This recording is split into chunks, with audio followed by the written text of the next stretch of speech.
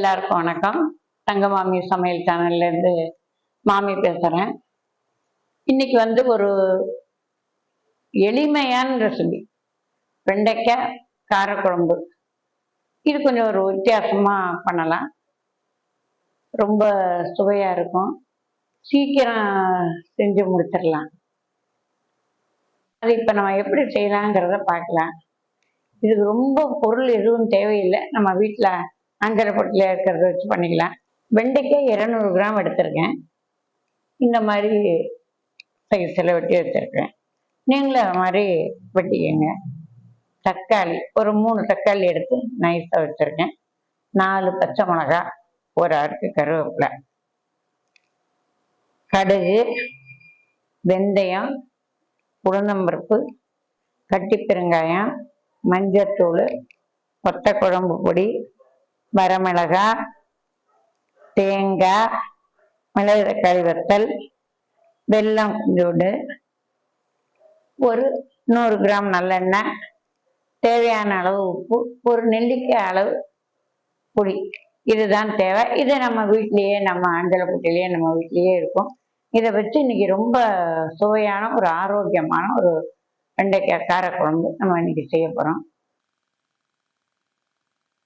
முதல்ல ஒரு 2 ஸ்பூன் எண்ணெய் ஊற்றிருக்கேன்.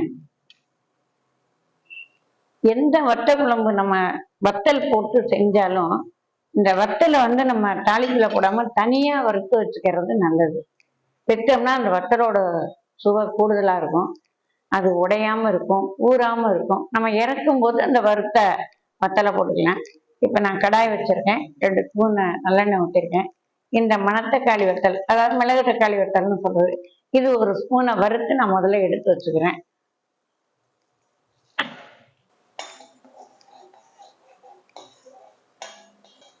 இந்த மிளகு தக்காளி வத்தல் நல்லா பொரிஞ்சு அப்படியே நல்லெண்ணெயும் அதோட வாசனையும் நல்லா தூக்கலாக நமக்கு இருக்கு.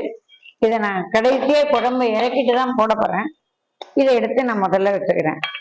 இப்போ இந்த எண்ணெயில நம்ம வெண்டைக்காயும் பச்சை மிளகாயும் நல்லா வதக்கலாம். இந்த மிளகு தக்காளி வத்தல் வறுத்த எண்ணெயிலேயே நான் இதை போட்டிருக்கேன். பச்சை மிளகாய் வாய்கறி வச்சதை போட்டிருக்கேன். தக்காளி நல்ல பெரிய பழமா நான் 2 வெட்டி வச்சிருக்கேன். உங்களுக்கு தக்காளி கூடுதல் வேணாலும் போட்டுக்கலாம். இது வெண்டைக்காய் சீக்கிரம் நமக்கு எண்ணெயில வதங்கிடும். வெண்டைக்காய், தக்காளி, பச்சை மிளகாய் எல்லாம். இதுவே ஒரு பெரிய ஆரோக்கியமான வாசனையா இருக்கும் நமக்கு. இது கொஞ்சம் நல்லா நமக்கு வதங்கட்டும். இப்ப நம்ம எடுத்து வச்சோம்னா பெரிய நெல்லிக்காய் அளவு புளி, அதை ஊற போட்டுக்கிறேன்.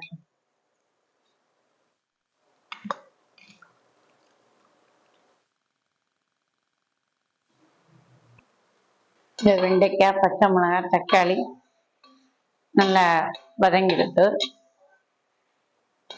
இப்போ இந்த புளியை நான் கரைச்சி ஊத்துறேன். எதுக்கு புளி ஊத்துறதா இருந்தாலும் நீங்க கெட்டியா ஊத்தாதீங்க. கொஞ்சம் நீர் புளியா ஊத்தினாதான் அது சுவையா இருக்கும். ரொம்ப கெட்டியா இருந்தோம்னா புளிப்பு கூடுதலா போதும், சாப்பிட முடியாது. நான் அந்த மாதிரி தண்ணியா தான் ஊத்துறேன்.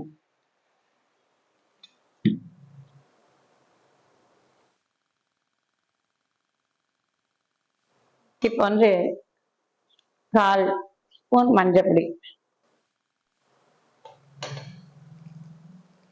வத்த குழம்பு பொடி. நம்ம ரெசிபிலையும் நம்ம இதுலயும் நான் போட்டிருக்கேன் எப்படி பண்றதுன்னு. அது மாதிரி இங்க நம்ம நான் பண்ணி வச்ச வத்த குழம்பு பொடி. அது ஒரு சின்ன டேபிள் ஸ்பூன்ல 2 போட்டிருக்கேன். ஏற்கனவே பச்சை மிளகாய் போட்டிருக்கோம், காரம் ரொம்ப வேண்டாம்.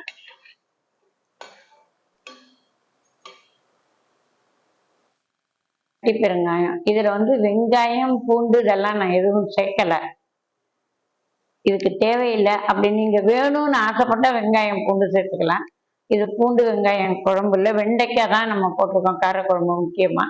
அதனால இதுல வாசனைக்கு நான் பெருங்காயம் தான் ஒரு துண்டு கட்டி பெருங்காயம் போட்டிருக்கேன்.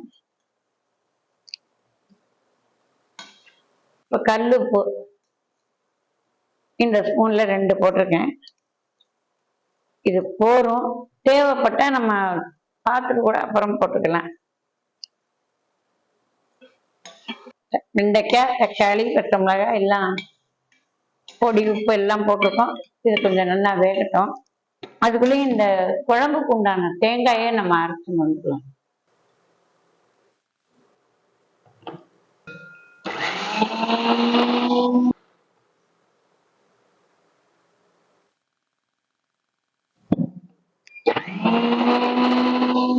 இந்த தேங்காய் இப்ப நைஸா அரைச்சிட்டேன். வெறும் தேங்காய் தான் அரைச்சிருக்கேன். இதுல மசால், மிளகாய் அதெல்லாம் எதுவும் இல்லை. பச்சை தேங்காய் தான்.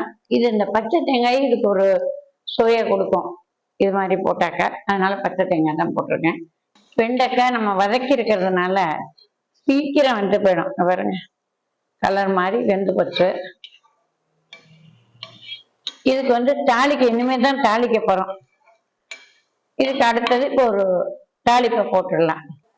இந்த காயெல்லாம் நல்லா வெந்து போச்சு, வெண்டைக்காய். இப்போ அதை நான் இறக்கி வச்சுட்டு மற்ற குழம்பெல்லாம் முன்னாடியே தாளிச்சிருவோம். இந்த குழம்பு நான் இனிமேல் தான் தாளிக்க போறேன். கடாய் வச்சிருக்கேன் அடுப்புல. இதுக்கு நல்லெண்ணெய் ஒரு 2 ஸ்பூன் ஊத்துறேன்.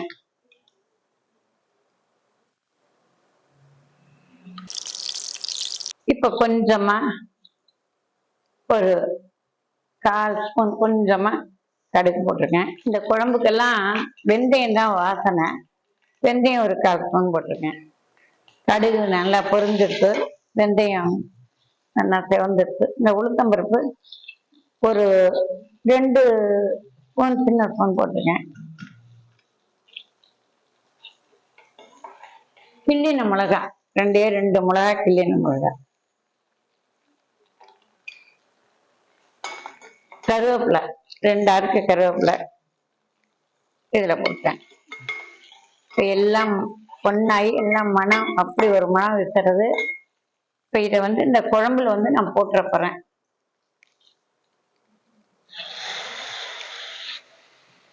கடுகு, உளுத்தம்பருப்பு, வரமிளகாய் எல்லாம் தாளிச்சு தனியா போட்டேன். இப்ப இந்த குழம்பு தூக்கி அடுப்புல வைக்கிறேன். இப்ப நம்ம அரைச்சு வச்ச தேங்காய் இதுல ஊற்றலாம்.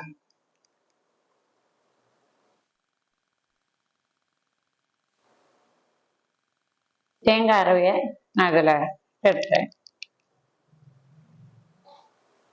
இப்ப தேங்காய் அரவை போட்டேன். இது கொஞ்சம் நல்லா கொதிச்சதுன்னா கெட்டி ஆயிடும். இதுல மாவெல்லாம் சேர்க்க வேண்டாம், சேர்த்தா கெட்டு போயிடும். இது இப்படியே இருந்தா 3 நாளைக்கு கூட நம்ம இதை பத்திரப்படுத்தி வச்சுக்கலாம். அதனால இது கொஞ்சம் நல்லா எல்லாம் ஒன்னாகி கொஞ்சம் கெட்டி ஆகட்டும். இந்த வெண்டைக்காய் கார குழம்பு ரெடி ஆயிட்டு இப்ப துளியோண்டு வெல்லம் வச்சிருக்கோம். இந்த எந்த நம்ம வத்த குழம்பு காரக்குழம்பு பண்ணாலும் ஒரு துளி வெல்லம் போட்டோம்னா அது சுவையை கூட்டும், சாப்பிட்றதுக்கும் நல்லா இருக்கும். அதனால வெல்லம் பொடியா வச்சிருக்கேன். நான் அது ஒரு 2 ஸ்பூன் வெல்லம் போட்டேன். இப்ப இதெல்லாம் சரியாயிடுது, கெட்டி ஆயிடுது. இப்ப அடுப்பை நான் அணைச்சிட்டேன். நீங்க கூட சுண்டை வத்தல், மிளகு தக்காளி வத்தல் இது மாதிரி வத்தல் போட்டு பண்ணும்போது இதை தனியா நம்ம வறுத்து வச்சுட்டு குழம்ப இறக்கிட்டு போட்டோம்னா அந்த வத்தல் உடையாது. இது நல்லா நமக்கு உப்பு காரம்லாம் ஏறி நமக்கு நல்லா சுவையா சாப்பிட நல்லா இருக்கும். குழந்தைகளுக்கும் நம்ம கொடுக்கலாம். அதனால இதை நான் தனியா வறுத்து வச்சிருக்கேன். அதை இப்ப இதுல சேர்த்துடுறேன்.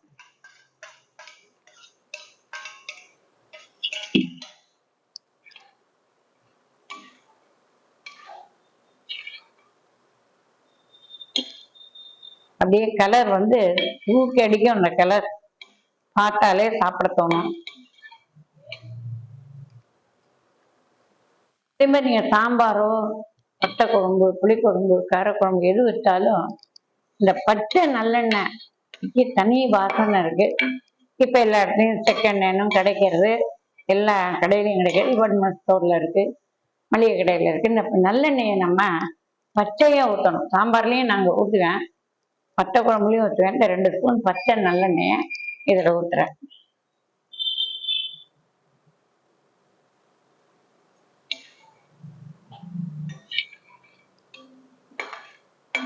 இப்போ இந்த ஆரோக்கியமான வெண்டைக்காய் காரக்குழம்பு ரெடி ஆயிடுச்சு.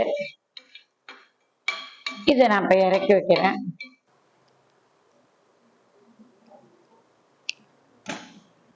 இந்த ஆரோக்கியமான அற்புதமான வெண்டைக்காய் காரக்குழம்பு ரொம்ப சுவையா இருக்கும். நீங்க சுலபமா செஞ்சிடலாம். நம்ம சூடா சாதம் வடிச்சு இதை போட்டுக்கலாம். இல்லை வெளியில எங்கேயாவது போறதா இருந்தா இந்த காரக்குழம்பு செஞ்சு வச்சுட்டு போயிட்டு அவசரமா ஒரு சாதத்தை வச்சா கூட நமக்கு வேலையாயிடும். இதுக்கு ஒரு துவையலோ வத்தலோ அப்பளமோ எது இருந்தாலும் போறோம். இது நீங்க இட்லி, தோசை, உப்புமா, பொங்கல் எதுக்கு வேணாலும் வச்சுக்கலாம். அவசரத்துக்கு குழந்தைங்களுக்கு லஞ்சு பேக் கட்டணும்னா கூட நம்ம கொஞ்சம் சாதத்தை போட்டு இதை போட்டு கட்டி குழந்தைங்களுக்கு கொடுத்துடலாம். குழந்தைங்க நல்லா சந்தோஷமா சாப்பிடுவாங்க. இந்த எல்லா பொருளும் குழந்தைங்க உடம்புக்கு சேரும். வயிற்றுக்கு ரொம்ப ஆரோக்கியமா இருக்கும், உடம்புக்கு நல்லது. நீங்க ஒரு முறை உங்க வீட்டுல நேரம் கிடைக்கும் போது இதை செஞ்சு பாருங்க. பார்த்துட்டு கமெண்ட் பாக்ஸ்ல கமெண்ட் பண்ணுங்க. தங்கமாமி சமையல் சேனலை சப்ஸ்கிரைப் பண்ணுங்க. மறுபடியும் நல்ல ஒரு ரெசிபியோட உங்களை எல்லாரையும் சந்திக்கிறேன். நன்றி, வணக்கம்.